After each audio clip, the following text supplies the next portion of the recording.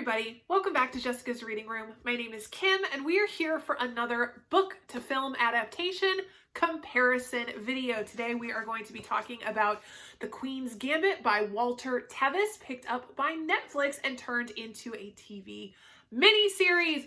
Woohoo! And yes, this one was a fun one. I really liked this one, both the show and the book. So let's just get right into talking about it, shall we? The TV show, Beth Harmon, played by Anya Taylor Joy, which I'm not gonna lie, I did not know too much about her before I watched The Queen's Gambit, and now she's kind of randomly showing up in like the weirdest places, so I'm like, okay, she won a Golden Globe, I believe. Do you win Golden Globes for TV shows? An Emmy? Maybe she won an Emmy. Okay, I don't know. She won an award for her portrayal of Beth Harmon in The Queen's Gambit. She's awesome. I really hope that she just keeps going right on up because I think she's awesome. She did a great job. And I think she really portrayed Beth Harmon, the main character, incredibly well. But I think I'm getting ahead of myself. I actually watched the TV show before I read the book. Ivan had actually said, you know, I'm going to watch this. Do you want to watch it with me? And I said, I think I'm just going to sit here and read my book. But then as he started watching, I kind of was watching too. And before long, I was all caught up in it. And I can see that was the thing. I'm not a chess player. I'm like barely a checkers player. Like my brain doesn't work that way, and I usually lose at checkers when I play too, okay? So, I mean, like, you give me Uno, I'll kick your butt in Uno. You give me something like Sorry, that's right, I'll kick your ass. Battleship, okay, I'm okay at Battleship. I wouldn't call myself great at Battleship, I'm okay at Battleship. Guess Who? I'm awesome at Guess Who. But when it comes to chess, no, my brain doesn't work that way. I mean, to be honest with you, I'm not even sure I understand what the game is about. Like, I don't know. For some reason, my brain just doesn't work that way. I do know very basic things. Like, I know the names of most of the pieces. I know that white goes first. I do know what checkmate means, but that's pretty much it. Like, I don't even know what all the pieces do. And I mean, and that's the thing is that chess, it's not like chess is uncommon either. Because, I mean, you see chess everywhere. I mean, they play three-dimensional chess in Star Trek. There's wizard's chess in Harry Potter, which I'm not even gonna lie, Beth Harmon would probably love wizard's chess. So there needs to be like a Harry Potter Queen's Gambit crossover, because that would be, I'd watch that. Just saying. But it's not my thing. I don't have no interest in it. I don't ever plan on learning how to do it. It's just not my thing. Ivan, however, actually enjoys chess. He used to play with his dad. He used to play with his uncle when he came to visit from France. He even has this cool DC chess set that he plays with his brother. So Ivan was like, you know what? I like chess. Okay, how about we watch this? And I will say that for both of us with our varying levels of chess knowledge and experience, we both actually really liked the show. So this is not for, you don't have to be a chess prodigy to watch The Queen's Gambit and actually get it. There were places where I would, you know, they're staring at the board during a tournament and she moves and then all of a sudden the opponent's face just falls and I'm sitting there and I'm going, okay, what was that? What just happened? Is it good? Did she win? Did she win? No, she lost. No, she won.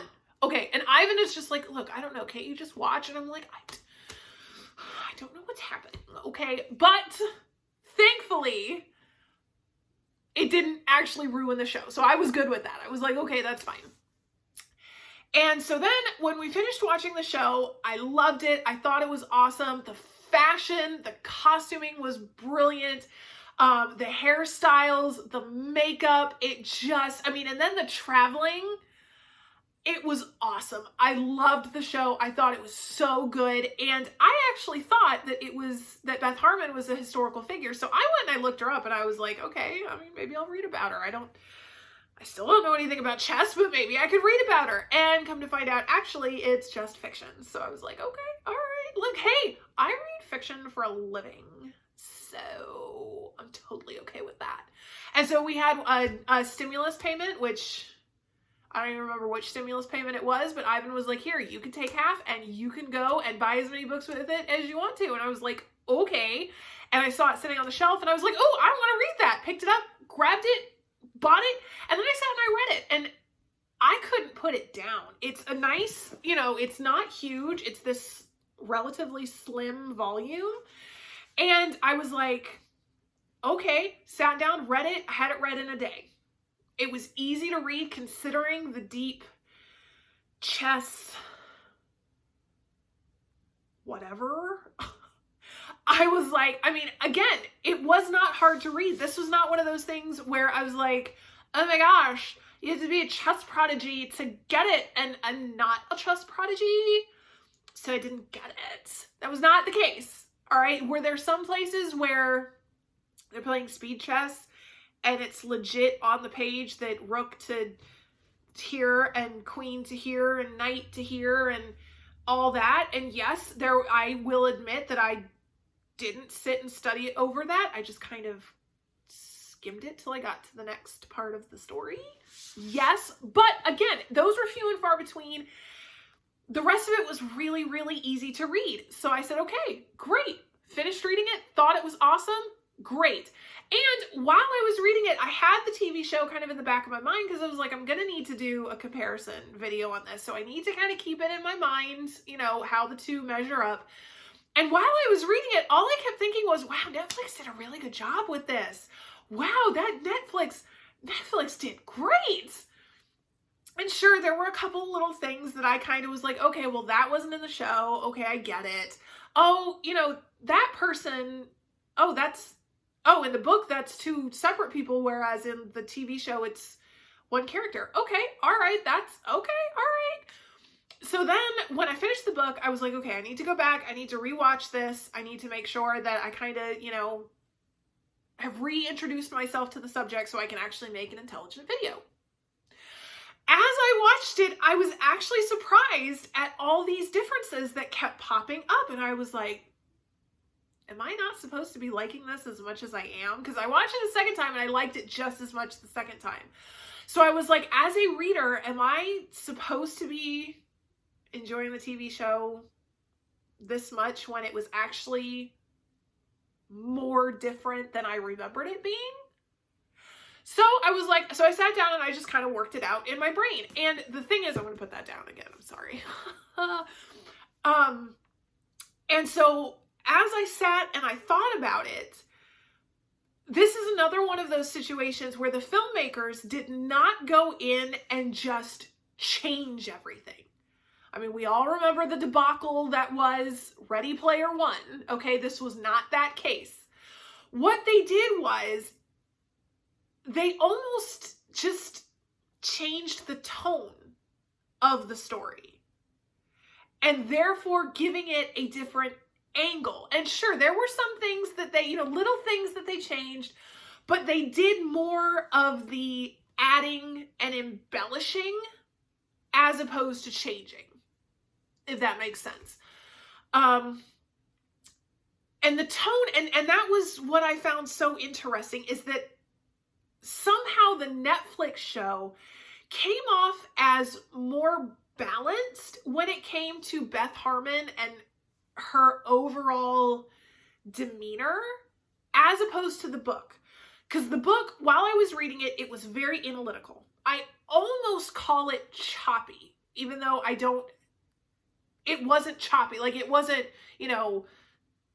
choppy. It just felt choppy in that very analytical, gonna tell the story, gonna give you the facts, okay, done with the story kind of way. Which I was like, okay, that's fine. Again, by the time I was done, I was almost in tears. So it wasn't one of those things where it was like, oh my gosh, how did I read? It was like reading nonfiction and I didn't feel anything, and that wasn't what this was.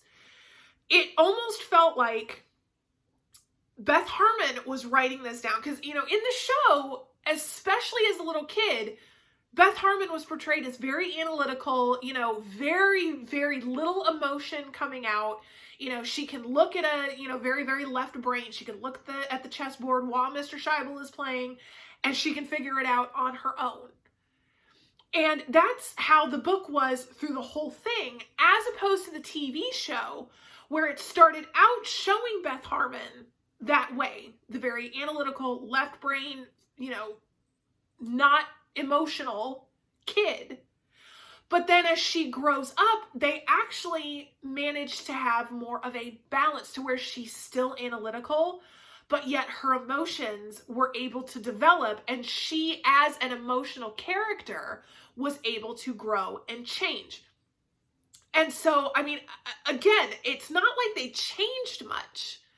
It's just I felt that Beth Harmon did more growing as a character in the TV show as opposed to the book, which is really odd. I'm not gonna lie. And yet somehow it worked.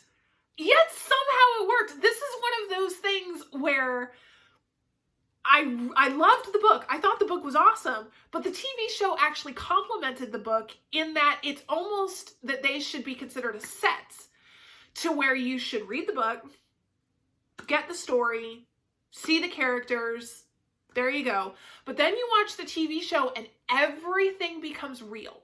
You know, they not only did they bring the characters to life, they made the characters larger than life, and it worked.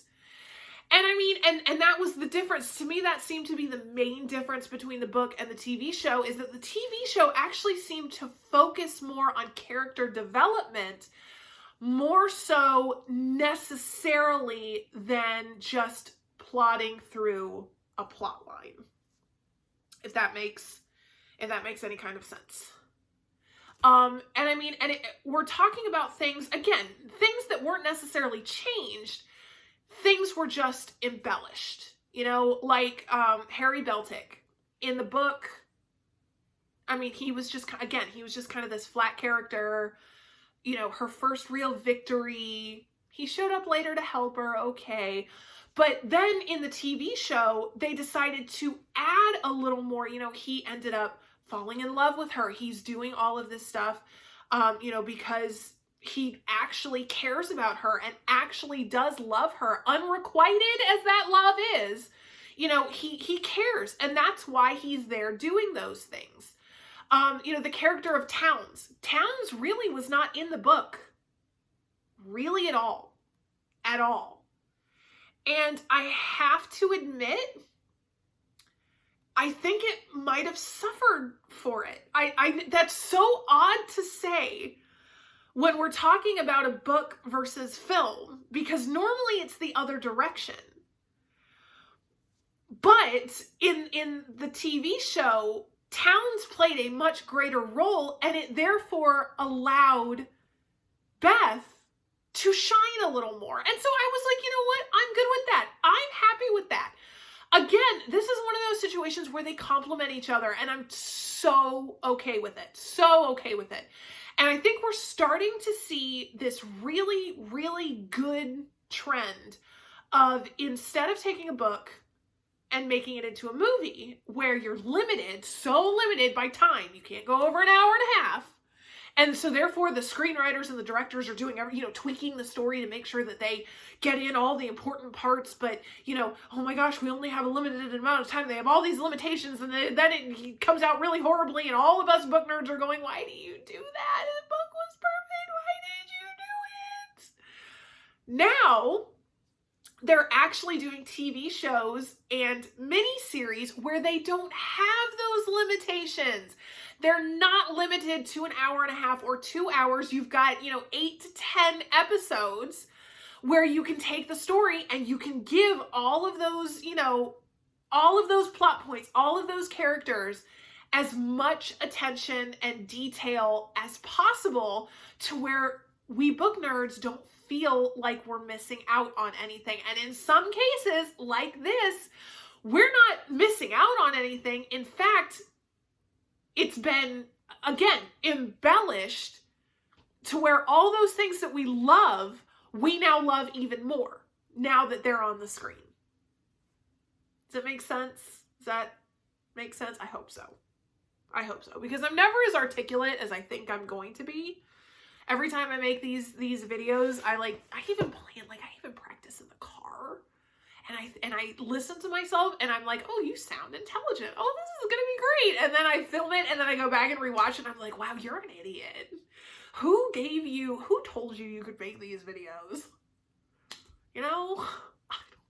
So again, hopefully that made sense to you. Hopefully now you want to actually go read and then watch The Queen's Gambit.